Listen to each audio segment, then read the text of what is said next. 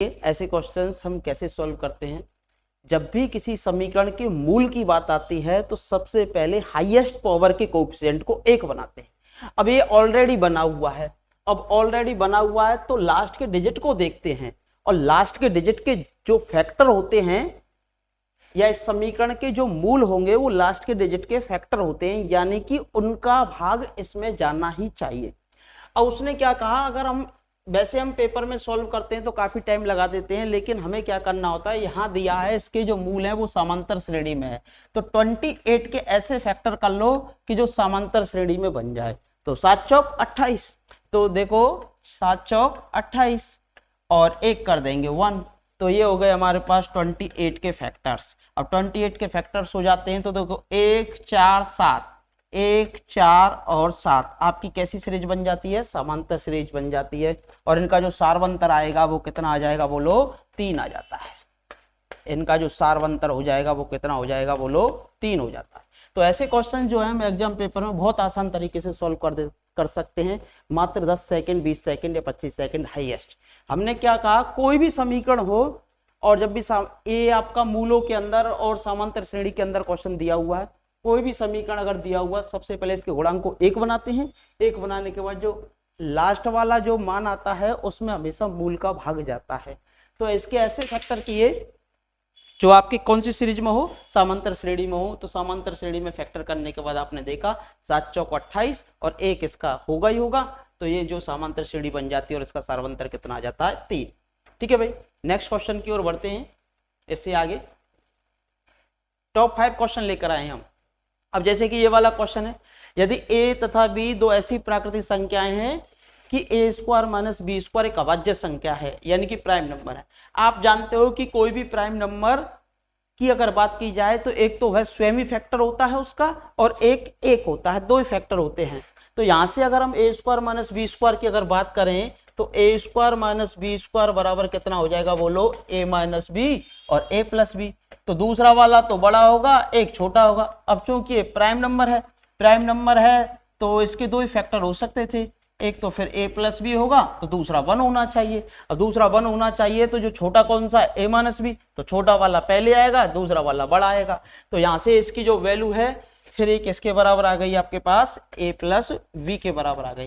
क्योंकि कोई भी जो अभाज्य संख्या होती है उसके केवल 2 ही फैक्टर होते हैं, एक तो p होता है और एक 1 होता है, बस इसके अतिरिक्त कुछ नहीं होता है। तो इसका आंसर कौन सा हो जाएगा फिर हमारे पास, इसका जो आंसर हो जाएगा तो a square minus B square बराबर है, ये हमारे पास बराबर हो जाता है किसके, a प्लस बी के। a square minus B square जो बराबर हो जाएगा वो किसके बराबर हो जाएगा, आपका a प्लस बी के। अगला क्वेश्चन, जैसे कि ये वाला क्वेश्चन दिया हुआ, अब देखने में काफी जटिल क्वेश्चन लगते हैं और हमें लगता है कि ना जाने कितना टाइम लगेगा, क्योंकि देखने में काफी जटिल लग रहा है ये भी क्वेश्चन। परंतु ये भी क्वेश्चन आपका 10 से 15 सेकंड के अंदर हो जाना चाहिए था, क्योंकि e की पावर में आपका एक्सपेंशन दिया हुआ और e की पावर x का एक्सपेंशन सभी को ज्ञात होना चाहिए। e की पावर x का एक्सपेंशन सभी को ज्ञात होना चाहिए और साथ ही log का भी एक्सपेंशन आपको ज्ञात होना चाहिए, क्योंकि log का एंटी लॉग अगर आप लेते हो तो दोनों हट जाते हैं। अब देखो log 1 प्लस एक्स का जो एक्सपेंशन होता है सभी जानते हैं वो कितना होता है, x माइनस एक्स स्क्वायर बटे 2 प्लस एक्स क्यू अपॉन 3 और माइनस का डॉट डॉट डॉट। अब देखो इसी फॉर्म में लिखा हुआ x माइनस एक्स स्क्वायर बटे 2 प्लस एक्स क्यू अपॉन 3, ये 3 x Q upon 3 plus x 4 upon 4। जब इसका मान लिखेंगे आप तो ये तो आएगा आपका बराबर में e की पावर log 1 प्लस एक्स, और 1 प्लस एक्स के स्थान पर कितना दे रखा है यहाँ पर, x माइनस 1, तो यहाँ कर देंगे x माइनस 1 और 1 से 1 कैंसिल हो जाएगा, ये बचेगा e की पावर log x। अब देखो e से log हट जाता है और बराबर में कितना आ जाता है, आपका आंसर x आ जाता है। तो इसका आंसर हो जाएगा कितना, x हो जाएगा। एग्जाम पेपर में ऐसे क्वेश्चन देखने को मिल जाते हैं और हम सोचते हैं कि ना जाने कितनी कठिन क्वेश्चंस हैं, लेकिन कुछ क्वेश्चंस हमारे बहुत ही इजी बेस से हो जाते हैं। इसके लिए मोर प्रैक्टिस, चीजों को समझना, आसान तरीके से समझना और किस तरीके से क्वेश्चन हो सकता है, उन चीजों के बारे में चर्चाएं करते हैं। अब जैसे कि ये वाला क्वेश्चन दे रखा है, ABC समांतर श्रेणी में है और XYZ गुणोत्तर श्रेणी में है, तो हमेशा जब भी ऐसे क्वेश्चन को सॉल्व करो तो इसके लिए आप कोई भी सीरीज मान सकते हो।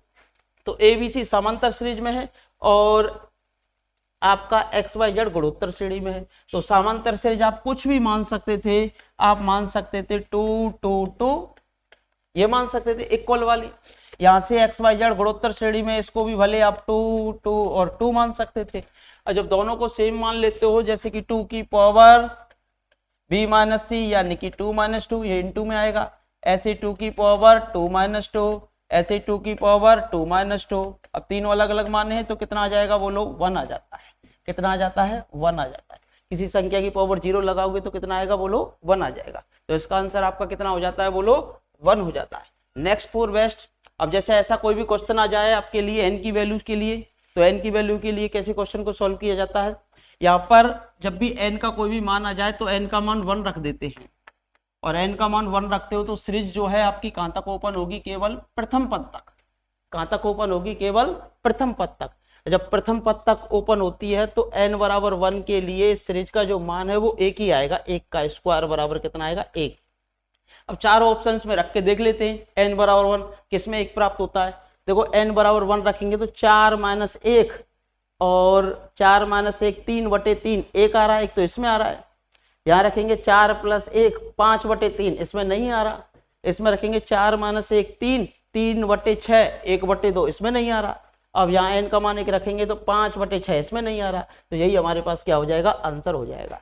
तो देखिए, अगर कोई भी बच्चा उजाला सर के द्वारा पढ़ना चाहे, इसी प्रकार के क्वेश्चन सीखना चाहे, तो उजाला सर मैथ्स के नाम से टेलीग्राम चैनल है, उजाला सर मैथ्स के नाम से ही आपका यूट्यूब चैनल है, और साथ ही first grade second grade college lecturer NET JRF के जो भी हैं बैचेज त्रिवेणी चौराहे NM क्लासेज की बिल्डिंग के अंदर आपके चल रहे हैं। अगर आपको अपने भविष्य को सिक्योर करना है, अपने भविष्य को उज्ज्वल करना है, तो उजाला सर के साथ आप जुड़ सकते हैं। धन्यवाद, नमस्कार, राधे राधे, जय श्री कृष्ण।